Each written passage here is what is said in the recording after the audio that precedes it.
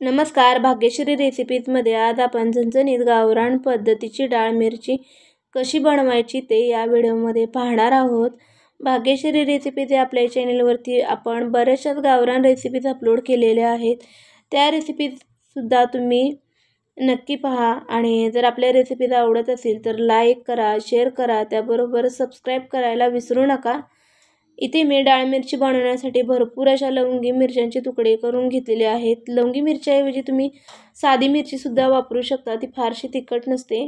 त्यानंतर मी इथे मीठ घेतलेलं आहे, चवीपुरते मीठ वापरणार आहे।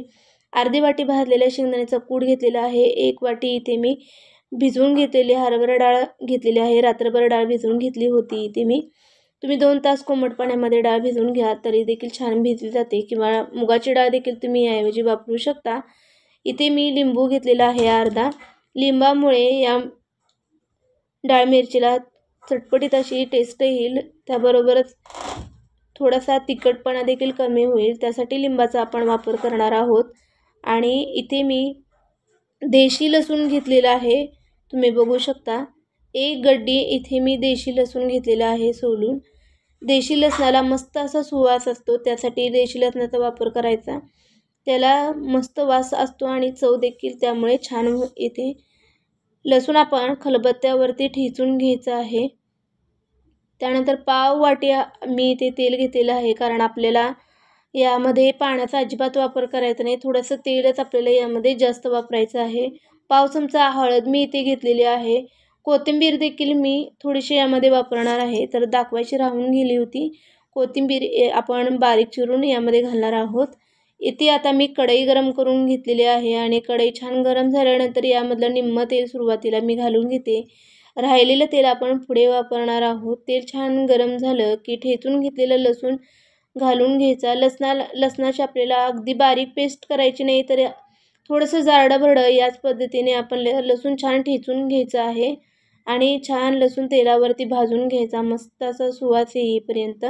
लसूण भाजून झाल्यानंतर आपण यामध्ये तुकडे करून घेतलेली मिरची घालून घेणार आहोत। मिरची आपल्याला तेलावरती असं मस्त छान परतवून घ्यायची आहे।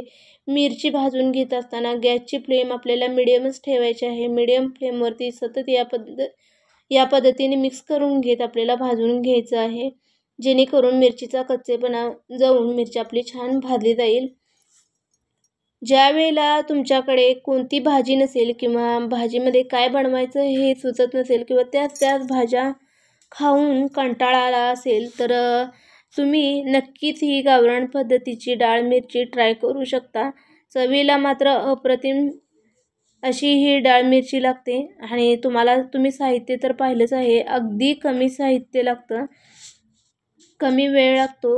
अशी गावरान रेसिपी तुम्ही देखील नक्की ट्राय करा। यामध्ये आता मी भिजवून घेतलेली हरभरा डाळ घालून घेते।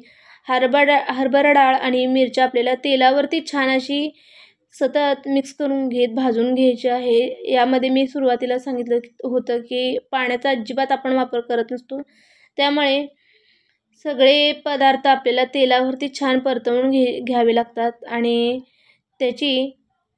त्याचा थोडासा कच्चेपणा कमी होऊन ते छान भाजून होईपर्यंत आपण तेलावरती परतवायचं आहे। आणि यामध्ये आता मी हळद घातलेली आहे।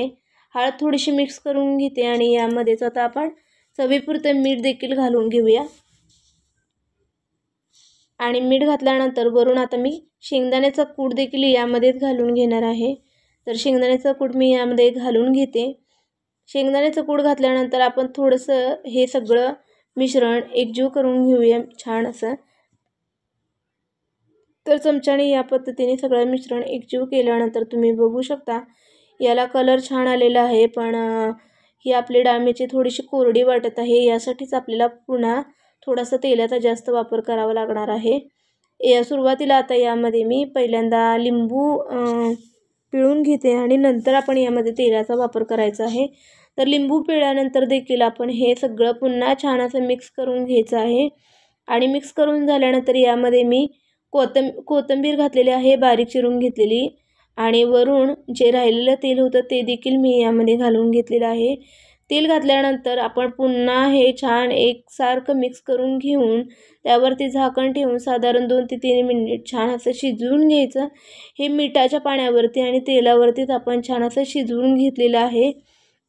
यामध्ये आता पाण्याचा वापर आपण केलेला नाही, तुम्ही पाहिलेलं आहे.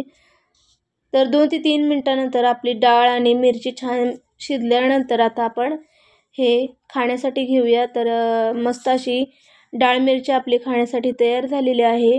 तुम्हाला ही डाळ मिरचीची रेसिपी कशी वाटली कमेंट करून मला नक्की सांगा. ही रेसिपी जर तुम्हाला आवडली असेल तर लाईक, शेअर आणि सबस्क्राईब करायला विसरू नका. त्याचबरोबर बेल आयकॉनला देखील प्रेस करा, म्हणजेच भाग्यश्री रेसिपीज आपल्या चॅनलवरती नवनवीन व्हिडिओ अपलोड झाले की लगेचच त्याचं नोटिफिकेशन तुम्हाला मिळेल आणि आपल्या रेसिपीज पाहता येईल.